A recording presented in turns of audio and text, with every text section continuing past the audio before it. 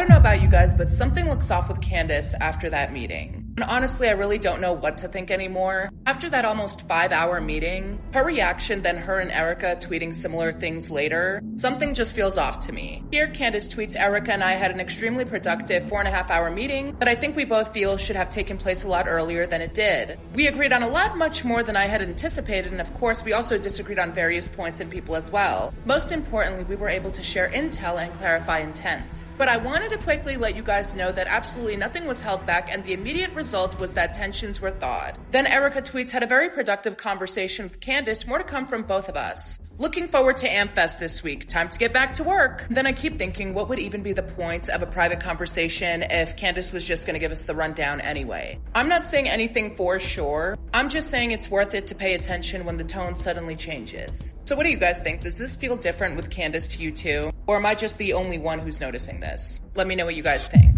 Can we talk about this? Something's changed. Is it wrong for me to speculate that there is a possibility that Candace has been swayed off in a whole different direction, or maybe is on a very, very thin thread of now what she can and can't say? So let's talk about what she did say last night. In my opinion, very little. I was disappointed. I expected more. I feel like everybody expected more. This was so hyped up, and what we got was very brief. Candace said that she asked Erika if there is any physical, real proof that Tyler Robinson took the shot, to which Erika then put Candace on the phone to her lawyer, and he basically said, no, what you see is what you get. That's all there is, the CCTV images and then weirdly doctored text messages. That's it. And if that is the case, then why is Erika Kirk so angry at the people chasing the possibility that somebody else took that shot? Because if someone else took the shot, it doesn't mean that Tyler Robinson isn't involved. He could have played a part. But if someone else took that shot and that was my loved one, I would want to know who pulled the trigger. It just doesn't make sense, because it feels like Erika is more angry at the people trying to find the truth than the people who almost look like they're trying to cover it up. Candace also said that Erika basically downplayed everything to do with Charlie in regards to what deals he made, who he turned down, who he had problems with. She apparently was not kept in the loop. I personally don't believe that, but that's her story. Candace is doing another podcast tonight specifically talking about them Egyptian planes.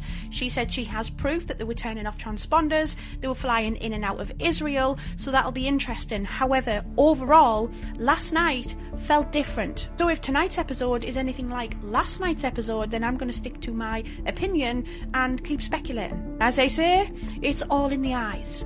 Candace Owens built her brand on saying what everyone else was afraid to say. So when she suddenly went quiet after weeks of explosive claims, people noticed immediately. No dramatic walkback, no fiery follow-up, just silence. And that's where the suspicion started.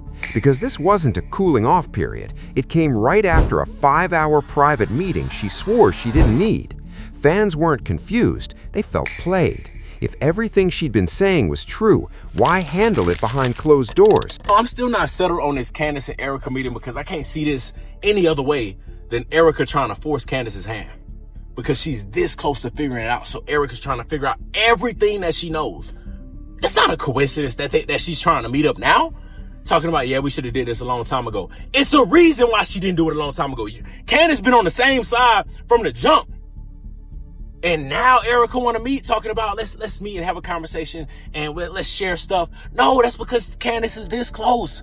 They're trying to figure out everything that Candace knows, because Candace has been dropping little bits at a time, trying to see who's going to take the bait, who's going to reveal themselves as a snake. And then you think it's a coincidence that Candace dropped that Charlie texted Andrew Kovic the night before? And now all of a sudden Erika is on a PJ straight to Candace, trying to figure out as much as possible. Andrew Kovic has not denied that, by the way. Candace is this close to figuring it out. So that was the only way that they can force Candace's hand, is by flying out to her for this genuine conversation. Ain't nothing to talk about. You went on a press tour saying who you was with, saying what side you was on. You on the op side. You calling everybody else foolish for thinking that Tyler Robinson didn't pull the trigger. We foolish for thinking that other people involved. So what is there to talk about? If Candace shares information and you find that interesting, then that would mean that you need to go on a press tour apologizing to the public, because majority already figured this out. The majority already had questions about it. So I don't think that Erika would do that. Erika wouldn't find out information and say, oh man, majority people, the public were actually right. This case is interesting. No. She's forcing Candace's hand. Trying to figure out everything Candace knows. That way Candace don't have any bait left. Now, I trust Candace, right? I trust her.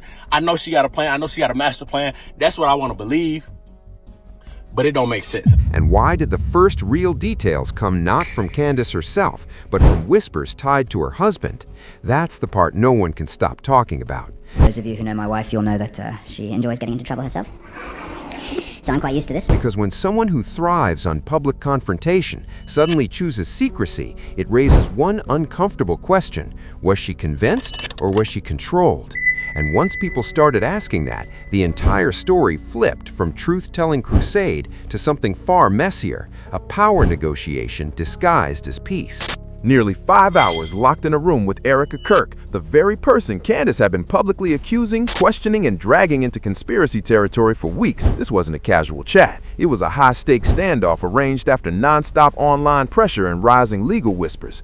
Sources say the tone wasn't friendly at first. Candace pushed hard, firing off questions about leaked routes, internal betrayals, and narratives she believed didn't add up. Erika, on the other hand, came in defensive and sharp, focused on protecting her late husband's name and shutting down what she saw as reckless speculation. Come after me, call me names, I don't care. Call me what you want, go down that rabbit hole, whatever. But when you go after my family, my Turning Point USA family, my Charlie Kirk Show family, when you go after the people that I love, and you're making hundreds and thousands of dollars every single episode, going after the people that I love because somehow they're in on this, no. You know, I have to say it, I've never seen you like this. No, this is righteous anger because this is not okay. It's not healthy. This is a mind virus. Yes, I believe in our judicial system. I do. We have a hell of a team working on this, excuse my French. But this is not okay. What shocked people wasn't that they met, it was that Candace agreed to keep it private. No cameras, no live stream, no instant receipts. For someone who demanded transparency from everyone else, the secrecy felt like a betrayal to her own audience. I think we were bamboozled. Listen to Candace's Instagram story last night. I'm alive. I'm totally fine, and I'm sorry. I was going to do a show for you guys this evening, but I am truly exhausted. Very productive conversation. I asked every single question. I mean, from Egyptian planes to Turning Point USA Faith, and I was very surprised by some of the answers that I got, and I think they were also very surprised when I shared certain intel. This probably should have happened a very long time ago, but I wanted to let you guys know that I am alive, and I will have the full rundown for you guys tomorrow of what transpired. And yeah, I think it was definitely a very big step in the right direction. So let's listen to Erika's point of view 3 days ago on the town hall. Believe that Tyler Robinson murdered your husband? Yes, I do. Why do you think it is so hard for so many people to believe that reality? Because it's too simple. Again, everyone always has to think there's more to the story. Well, sometimes there's not. We're way too smiley and happy after meeting with someone who has that perspective about what happened to Charlie. I'm telling y'all, like, this is upsetting to me. Okay, look at my neck. Okay, my neck is all red and patchy because I am grossed out by this whole thing. Because she amped us up for 3 freaking months. Every single episode, like, dragging out details, like, indisputable facts, like, for a fact, I now know Turning Point was involved in this. Everyone removed their money from this diabolical organization now. But then you meet with the person who's the head of this diabolical organization, and you're all smiley afterwards, and now you're moving in the right direction. And let me tell you what that direction is. America and Israel. Like this. This is the direction, okay? Because that's who's behind her. This is about midterms and the next election and moving forward.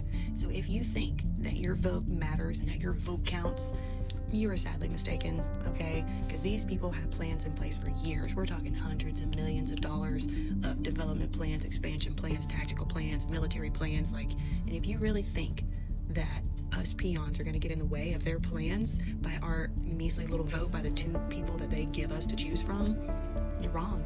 I'm so grossed out by this whole thing. And like I said, like, we all just need Jesus, okay? Because no man, woman on this earth is going to avenge us. Only Jesus can. These freaking serpents, man, I get sick sick of the servants. And that choice alone set off the next wave of rumors, because private meetings rarely end without private deals. According to people close to the situation, the turning point came when Erika stopped defending and started warning. Not emotionally, strategically.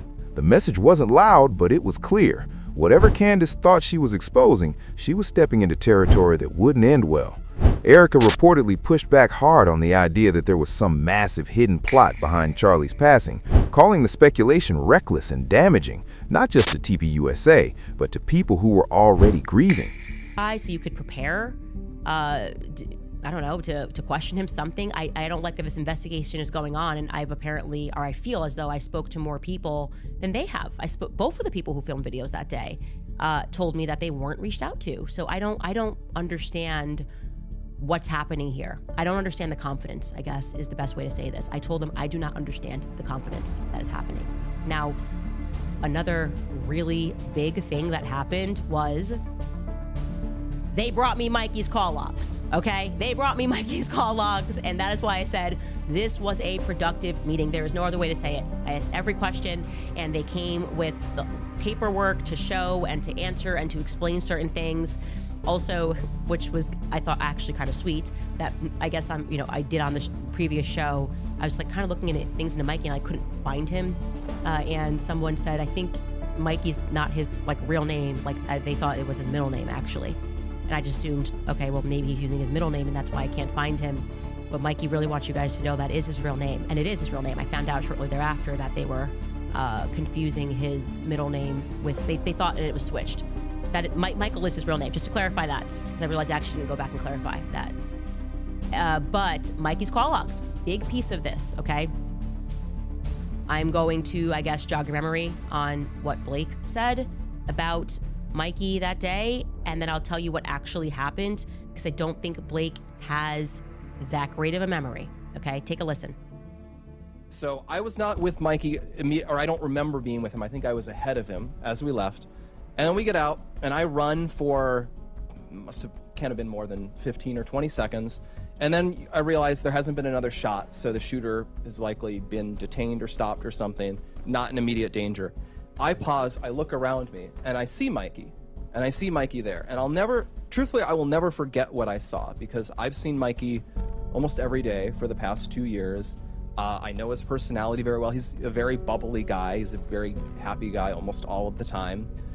And I'll never forget what I saw, because it was clear in the moment that he was profoundly freaked out. And so when he says, I might be imagining this, I'll never forget, followed by I might be imagining this, probably means that maybe you forgot and you really could be imagining. Now, for me personally, I think the normal physiological response in these high adrenaline situations for most people is you lock in. They're literally your body, when it goes through something, when it's terrified and it's going through you are really paying attention to details. We've learned about this many times over in health class growing up. This is why they talk about that fight or flight response, and quite literally there's stuff happening to your body. And so there's a lot of details here that are just not accurate. And the one that surprised me the most about these call logs is I certainly feel that we were given the impression over and over and over again that the first person Mikey called was Erika, right? He called Erika. We were told this by many people also, that he trained, he almost went to a camp and trained, and Charlie was like, 1, 2, 3, go, and fast, 1, 2, 3, go. That's why he walked away, 1, 2, 3, go, and just told him, this is what the first thing you do is. Well, he didn't do that. Actually, the first person he called was his wife. He called Elizabeth McCoy, and then he stayed on the phone with his wife for 10 minutes, and during those 10 minutes, he three-wayed Erika 3 minutes after the shot went off. And then he three-ways his father, and then he three-ways a third person who I'm not interested in mentioning. Then came the part that rattled Candace. Erika allegedly laid out how fast things were escalating behind the scenes. Lawyers watching, donors nervous, allies quietly backing away. The implication wasn't framed as a threat, but it landed like one. This wasn't a Twitter or X fight anymore. It was real-world fallout. Sources say Candace didn't fold, but she listened. And that alone marked a shift. By the time the meeting wrapped, the energy wasn't hostile, it was cautious. And when two enemies suddenly agree on more than expected, it usually means one of them learned something they didn't know walking in. Here's where the internet went nuclear. Almost immediately after the meeting, whispers started spreading that Candace didn't just walk away convinced, she walked away compensated. No receipts, no contracts. Just timing that felt way too clean. Candace teased a future breakdown, but days passed, then weeks. The fire she once had was gone. That silence fed the theory that this wasn't a truce, it was a transaction. Allegedly, the offer wasn't framed as hush money, but as mutual protection. Stop pushing certain narratives, stop hinting at inside betrayal, and everything cools down. What made the rumors stick wasn't proof, it was behavior. Candace's tone softened, Erika stayed vague but calm, and the loudest voice in the room suddenly wasn't speaking. Fans who backed Candace for being unfiltered felt blindsided. If she believed everything she said before, why pause now? And if she didn't leak this rumor herself, then someone close to her wanted it out there for a reason. Once the paid-to-stay-quiet rumor hit, attention snapped straight to Candace's husband, not because he spoke, but because he didn't. George Farmer has always been the quiet force in the background, the one insiders say has final say on what goes out and what gets killed before it ever hits air. People started connecting dots that suddenly felt unignorable. He allegedly blocked an earlier meeting between Candace and Erika, then greenlit this one under strict privacy. And right after, details start leaking, not publicly, not cleanly, but through back channels and whispers that made Candace look compromised. That's what raised eyebrows. If Candace didn't benefit from these rumors, who did? Online chatter paints Farmer as the strategist, someone more interested in long-term positioning than momentary outrage. Some even claim he saw Candace's crusade as a liability, too chaotic, too risky, bad for future ambitions. Whether that's true or not, one thing became clear. The narrative was being steered, and Candace wasn't the one holding the wheel. Then came the theory that tied everything together: ambition. According to online speculation, George Farmer once had his own eyes on a much bigger role within the TPUSA ecosystem, a role he never got. And the rumor goes that Erika was the one who shut that door completely. If that's true, it reframes everything that followed. Candace's relentless pressure, the public accusations, the refusal to let the story die. Suddenly, it doesn't look like righteous outrage, it looks like revenge disguised as truth-seeking. Insiders claim the private meeting cracked that tension wide open, with old frustrations surfacing that had nothing to do with justice and everything to do with power and access. And when Erika held her ground, something shifted. Because after that meeting, the attack slowed, the temperature dropped, and the focus quietly moved away from TPUSA leadership altogether.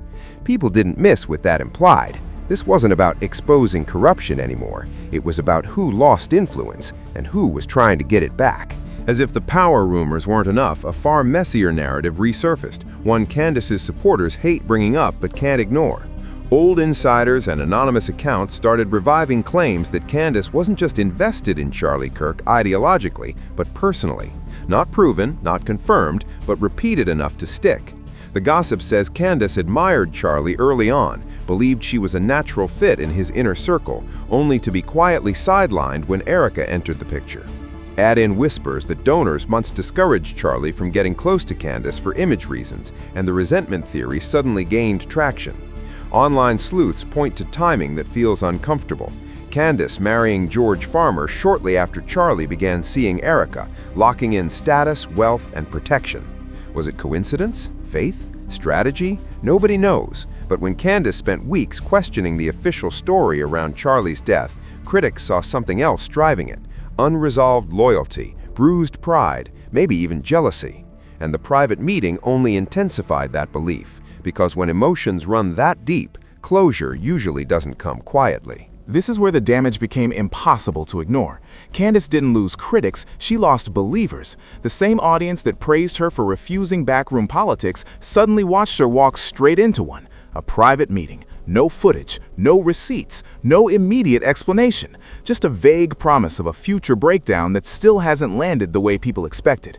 Fans wanted transparency. Instead, they got delays and softened language. That vacuum created anger. People didn't accuse her of lying, they accused her of folding. And the rumor that Erika may have settled the situation financially or legally only made it worse. Whether true or not, Candace let the speculation breathe. That silence felt intentional, and when trust cracks, it spreads fast. Comment sections turned skeptical, supporters questioned motives, critics smelled blood. Whatever that meeting was supposed to accomplish, it backfired publicly, because in a movement fueled by confrontation and openness, secrecy reads like surrender, and once that perception sets in, it's almost impossible to reverse. After the meeting, both sides tried to frame what happened as productive. Candace hinted at unexpected agreement. Erika called it useful and said little else. But that's exactly why people don't buy the truce narrative. Real peace usually comes with clarity. This came with fog. Erika flew back to Arizona almost immediately, her return delayed just enough to spark chatter about last-minute conversations and legal positioning. Candace, meanwhile, slowed her coverage instead of closing the loop. No decisive statement, no firm stance, just carefully chosen words that avoided specifics. To longtime observers, it looked less like resolution and more like containment, the kind that happens when both sides realize things could spiral into courtrooms instead of comment sections. And if that's the case, the silence isn't mutual respect, it's strategy, because when powerful people stop talking all at once, it usually means the real fight moved somewhere private. What makes this story stick isn't what we know, it's what still hasn't surfaced. George Farmer remains silent. Candace hasn't delivered the explosive breakdown she teased. Erika hasn't denied the payment rumors outright. Everyone's waiting, and that tension is the point. If Farmer did leak details, it wasn't chaos, it was control. If Candace backed off, it wasn't weakness, it was calculation. And if Erika agreed to meet privately, it wasn't forgiveness, it was damage management. This feud didn't end in Nashville, it changed shape. The lines are quieter now, but sharper. Supporters feel misled, critics feel validated, and the people at the center are acting like they're bracing for something bigger than online backlash. Whether that's a lawsuit, a career pivot, or a narrative reset, one thing is clear. The story everyone thought was over is just waiting for the next leak, and when it drops, it won't come with warning.